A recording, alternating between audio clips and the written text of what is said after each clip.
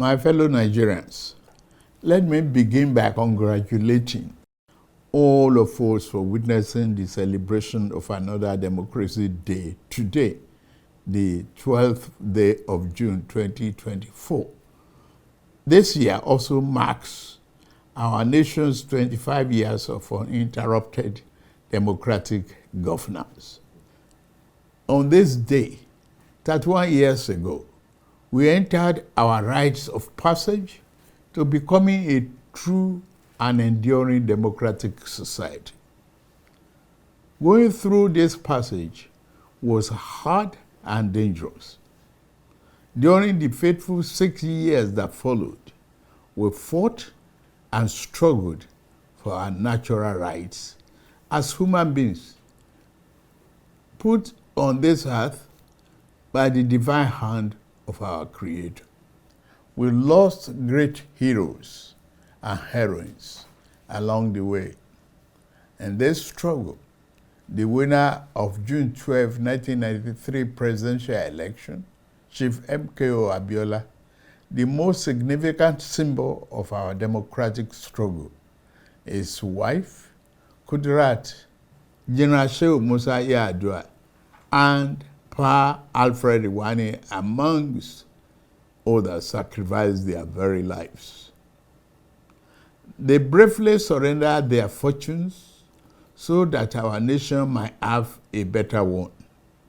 Let us honor the memories of Chief Anthony Enahoro, Chief Abraham Adesanya, Commodore Dan Sulaiman, Chief Athon Wanko, Chief Chukwuemeka Ezeibe, Admiral Ndibusi Kanu, Chief Frank Kokori, Chief Bola Ige, Chief Adekunle Ajasin, Chief Gani Udaudu, Chief Ayo Fasanmi, Chief Gani Fawemi, Chief Olabi Idrojaye, Dr. Beko Ransom Kuti, Chima Ubani, and others who have transited to higher realm. The sacrifices of General Alani Akinriyade, Professor Bolaji Akinyemi, Professor Wole Soyinka, Chief Rab Obioha, Chief Colonels Adebayo, among many others, should never be forgotten. For at least 6 years, they bore the pain and difficulties of life in exile. While the exiled pro-democracy activists kept the fire burning, their comrades at home sustained the pressure on military leadership. Among the latter are Olisa Agbakoba, Femi Falana, Abdul Oro, Senator Shehu Sani, Governor Ubasani, Chief Olufalaye, and other National Democratic Coalition leaders such as Chief Ayo Adebanjo and Chief Ayo Okpadokun. The sacrifices they made and the precious gift brought about by their selfless devotion can never be repaid nor forgotten. We could not have won the battle against dictatorship without the irrepressible Nigerian journalists who mounted the barricades along with the pro-democracy activists. We celebrate them today, along with their media establishments, such as The Punch, The Guardian, National Concord, Tribune, The News and Tempo, and Tel magazines. The undemocratic government of the day proscribed these media establishments and jailed their journalists for standing for free speech and civil liberties and the sanctity of the June 12 elections. Despite the leather might of the authoritarian government, what appeared to be high and unyielding walls of dictatorship came tumbling down. The dismal fortress exists no longer. The power of an idea, the power of the people proved more potent than all the guns, the munitions, and the threat of the strong men. The nation exited the yoke of dictatorship in 1999 to become the most populous democracy on African soil, the beacon of democratic self-determination for the black race and one of the largest democracies in the world. This change stands as a pivotal moment in human history. From this change, we shall never turn, nor shall annals of mankind's progress forget the sublime meaning of this great moment. Today, 25 years later, we celebrate the silver anniversary of our journey in democracy. We have studied the course. Democracy is neither a foreign nor abstract concept devoid of real-life meaning for us. Neither can we afford to reduce or minimize it to being nothing but the mere holding of periodic elections where one candidate and party outdo another. While elections attract democratic attention, they are but one aspect of democracy. Democracy is a way of life that encompasses a broad outlook of which elections are but a part. As such, a nation can have elections without being democratic, but a nation cannot be truly democratic without holding elections. That we have established a tradition of holding transparent, open, and fair elections gives credence to our democratic standing. That we have experienced peaceful transitions of government affirms our democratic temperament. Fellow Nigerians, true democracy shined its light on the daily lives of the people who live under its nurturing wings. It affords us the freedom and liberty to think as we want, live where we want, and pursue whatever legitimate endeavors suits us. Democracy does not assume some false or forced unity of opinion. In fact, democracy assumes that conflicting ideas and differing opinions shall be the order of the day, given the diversity and variety of the human experience. There must be diverse perspectives and viewpoints.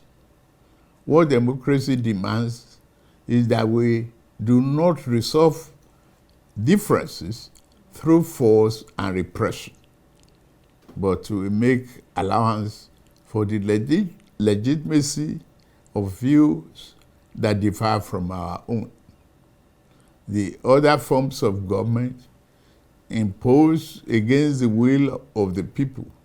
Democracy aims to make leaders who conduct themselves as servants of the common good, not as viceroys of the narrow interests of the might.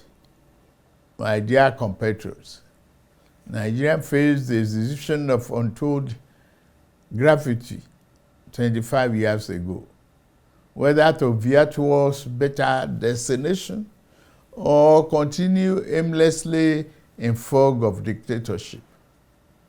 We made the right choice then. We must continue with that choice now. As Nigerians, we must remind ourselves that no matter how complicated democracy may be, it is the best form of governance in the long run. We must also be aware that there are those among us who will try to exploit current challenges to undermine, if not destroy, this democracy for which so much has already been given. This is the great battle of our day and the major reason we specially celebrate this day as Democracy Day. The true meaning of the day is not to focus solely on the great deeds of the past that have brought us to this point.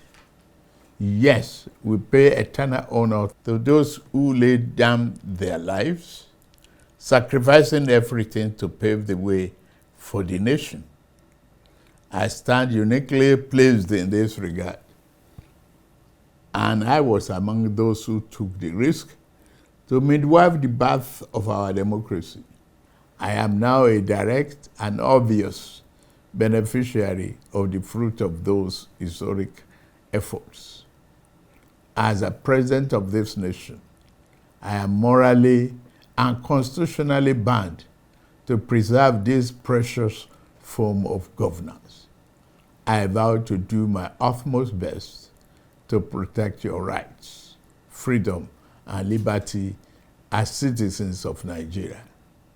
Even more than that, I pledge to do whatever is necessary to cement democracy as our way of life. Although the challenges are steep and multiple, I am grateful to lead Nigeria at this moment in our history and point in our democratic journey. I come before you also to declare that our most important work remains before us. The real test has never been whether we will rise to the challenge, the sling of misfortune and grievous pains of dictatorship. The real test is whether we shall lower our guards and fail to defend democracy as the shadow of despotism and its evident physical danger fade.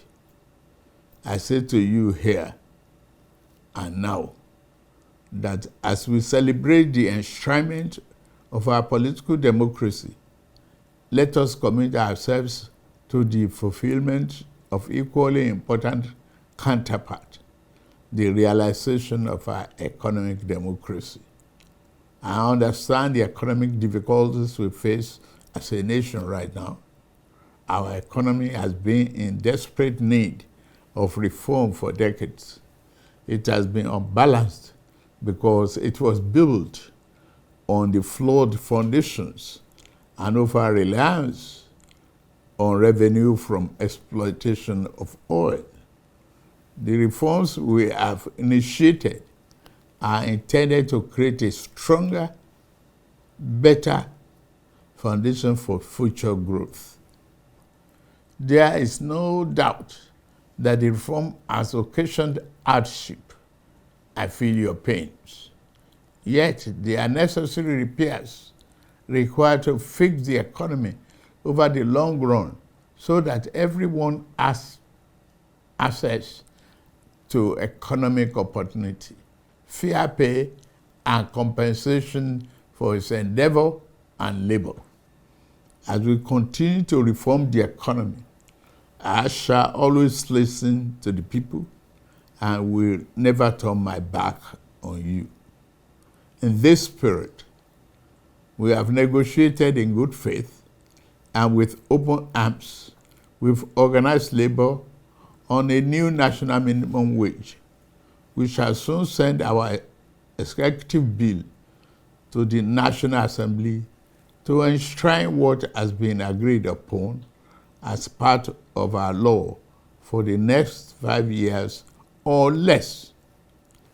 In the face of labor's call for national strike, we did not seek to oppress or crack down on the workers as a dictatorial government of the past would have done. We chose the path of cooperation over conflict. Nobody was arrested or threatened. Instead, the labor leadership was invited to break bread and negotiate towards good faith resolution. Reasoned discussions and principled compromise are hallmark of democracy. These themselves shall continue to animate my policies and interaction with the constituent part of our political economy.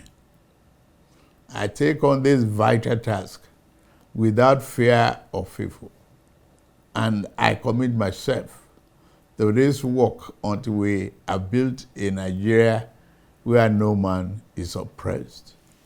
In the end, our national greatness will not be achieved by traversing or traveling the easy way. It can only be achieved by taking the right one. The words of American President Franklin Roosevelt sadly ring true, and I quote, "There are many ways of going forward, but only one way of standing still," and unquote. We dare not slumber, lest the good things awaiting our immediate future pass us by.